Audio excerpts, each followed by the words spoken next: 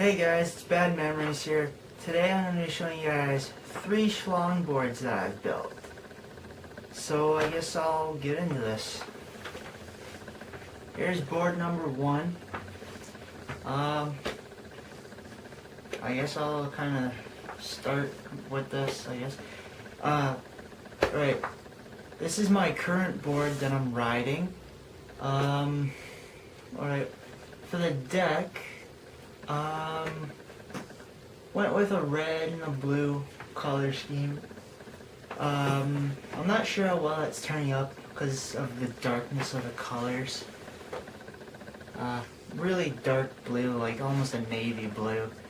And the red and the blue, it was inspired by Spider-Man. Yeah. Anyway, I call this board the spydar. It's spelled with the word spy and radar, but put together to spell spider. I don't know. I thought it would sound kind of interesting. Alright, moving on. A little something different for this board is I've put these sticks underneath the deck. And basically, what they are technically I call them strengthening sticks, but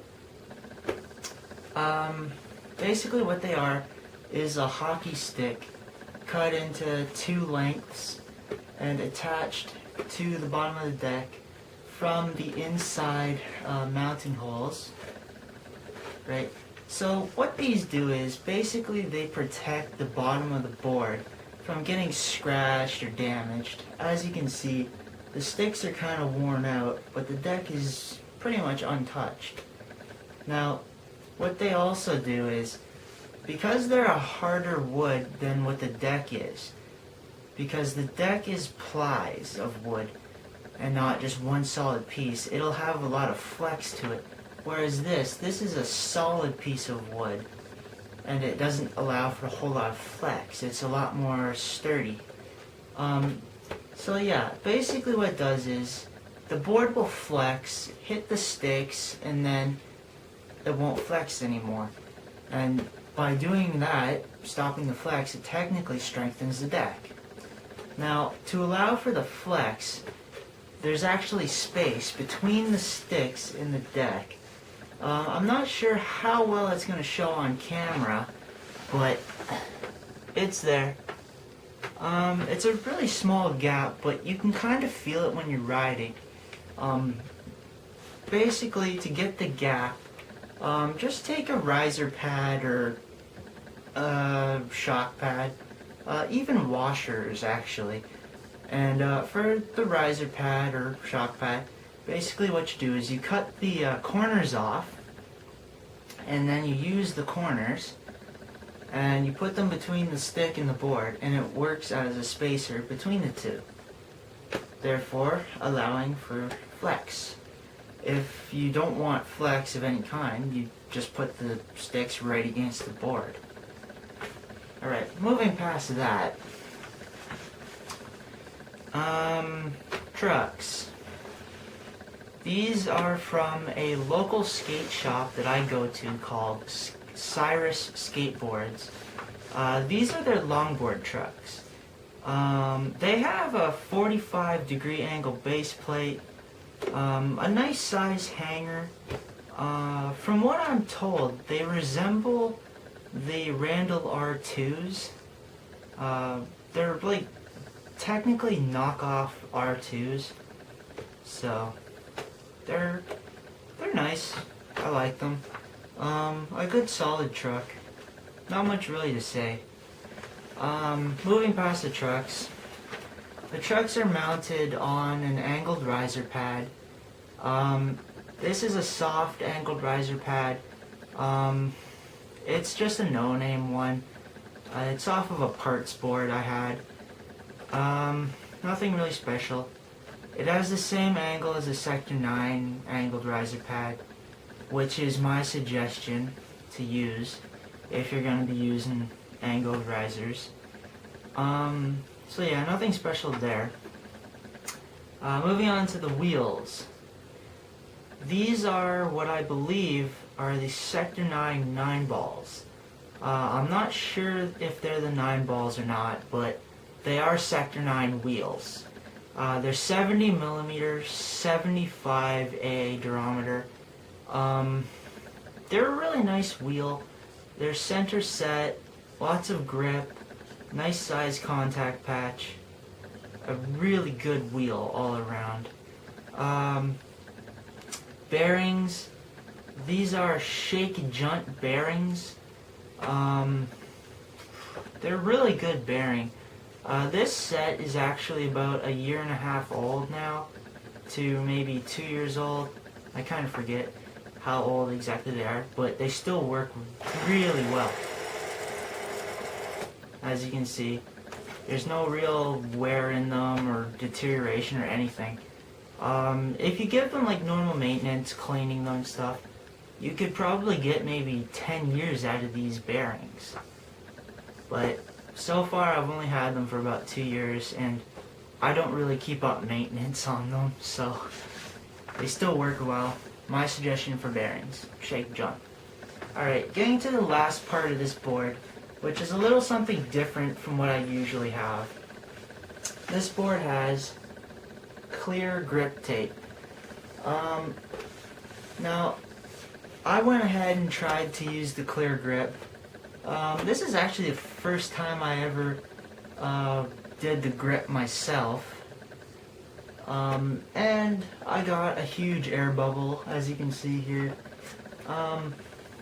Doesn't affect the ride or anything. For colors underneath it, I went with the reverse color scheme from the bottom of the deck. Nothing a whole lot special about this. Clear grip, if it's done right, it looks really good. But if it's done wrong, it's not so great. Alright, moving past board number 1. Alright, getting on to board number 2. And here it is. Board number 2. Now, if you guys have seen my other videos, you've probably seen the first board I did called the bulletstripe. This is a remake of the bulletstripe. So this is the bulletstripe 2. Yeah, kind of a little bit different from the original.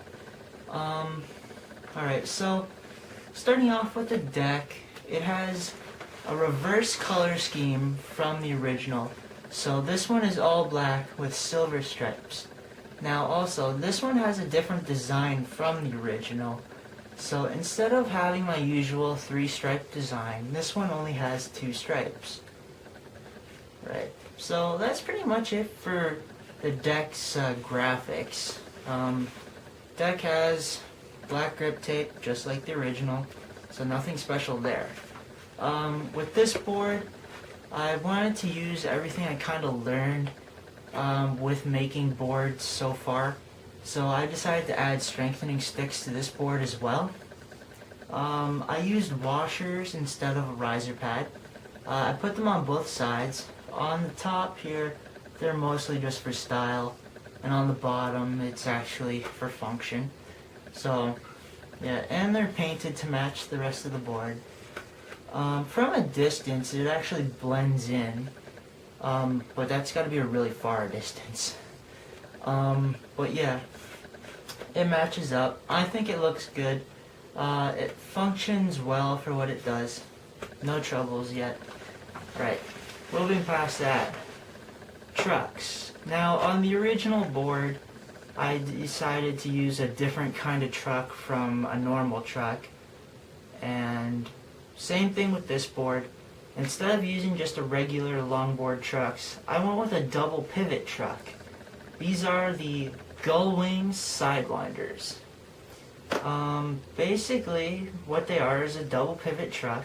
So it starts off with the same components as a regular truck, where you have a hanger and a base plate, but in between the two, there's a third piece that actually allows the board to pivot an additional time from the first pivot.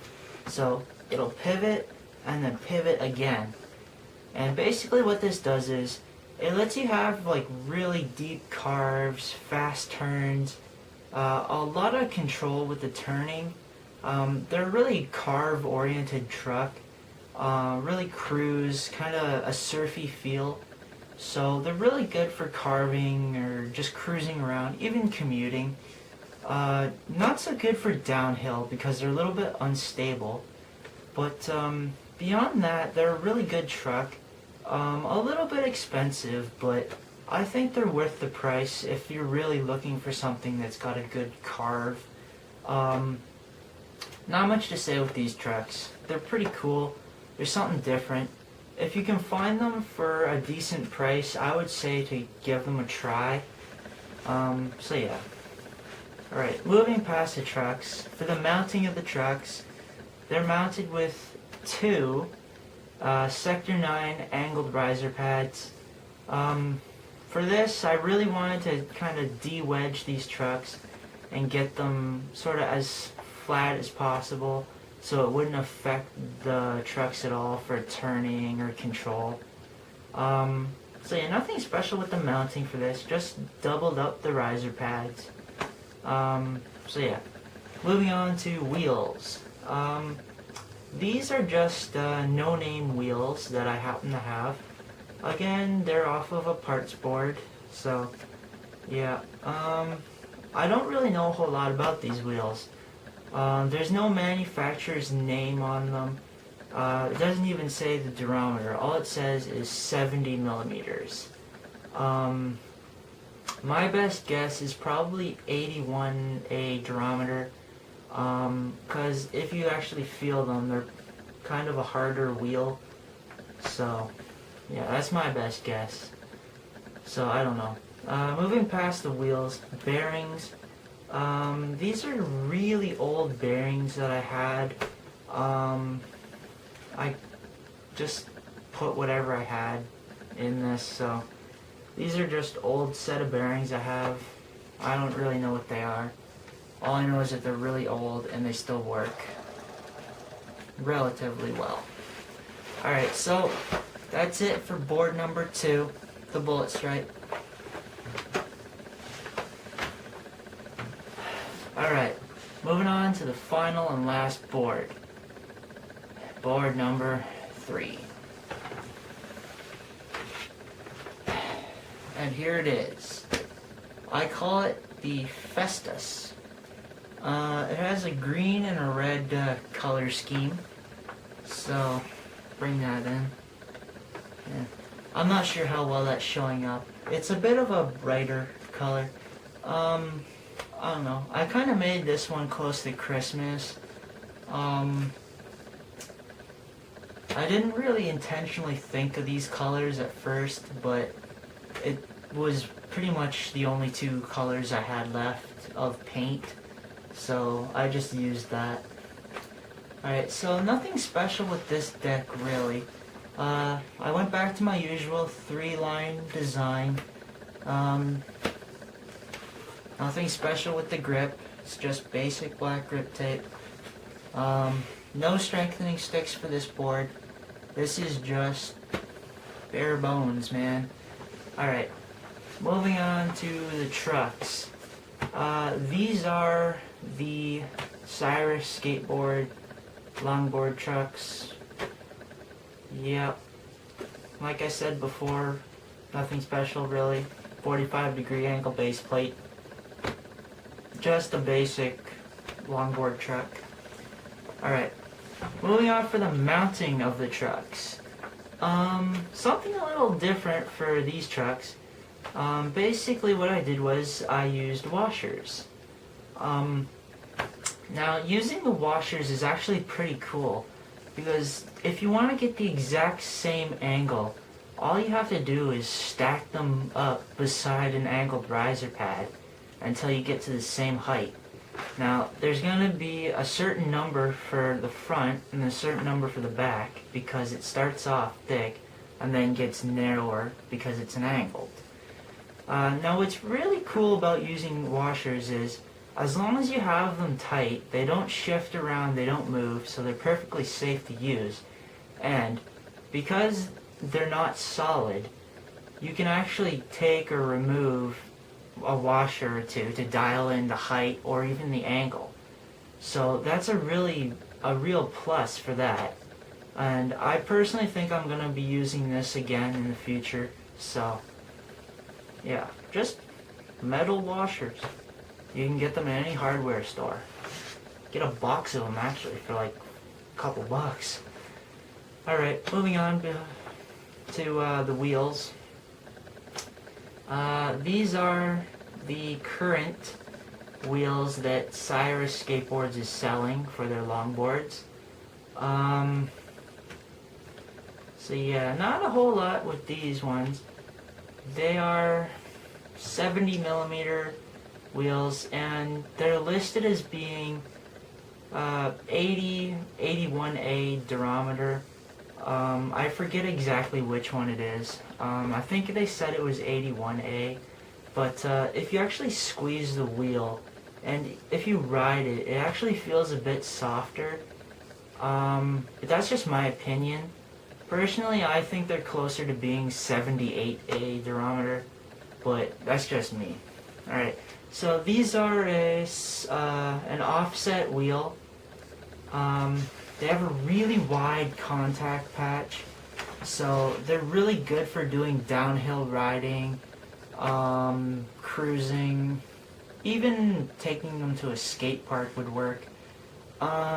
Not so good for commuting just because of the really large size. Because of the size, it'll grip a whole lot more and actually slow down the ride. So, yeah. I suggest these wheels for any beginner downhill rider who doesn't want to switch over to something super hard first. But, yeah. They're a decent wheel for downhill riding. But for commuting, not so great. Like I said, they're an offset wheel, so this is not a wheel I particularly enjoy. I tend to use only center set just because you can flip them around if they start to wear out. With offset and side set wheels, you can't do that because there's more wheel to one side. So, alright, so not too much about the wheel really. Bearings, these are just random bearings I had. I just grabbed whatever. There's like 2 different sets in here. Well, sets of 4, so. Anyways, nothing special with the bearings. Alright, so that's the third board. So yeah, that's pretty much it. Alright. Alright, so you just saw 3 boards that I built, and that's pretty much it. Peace.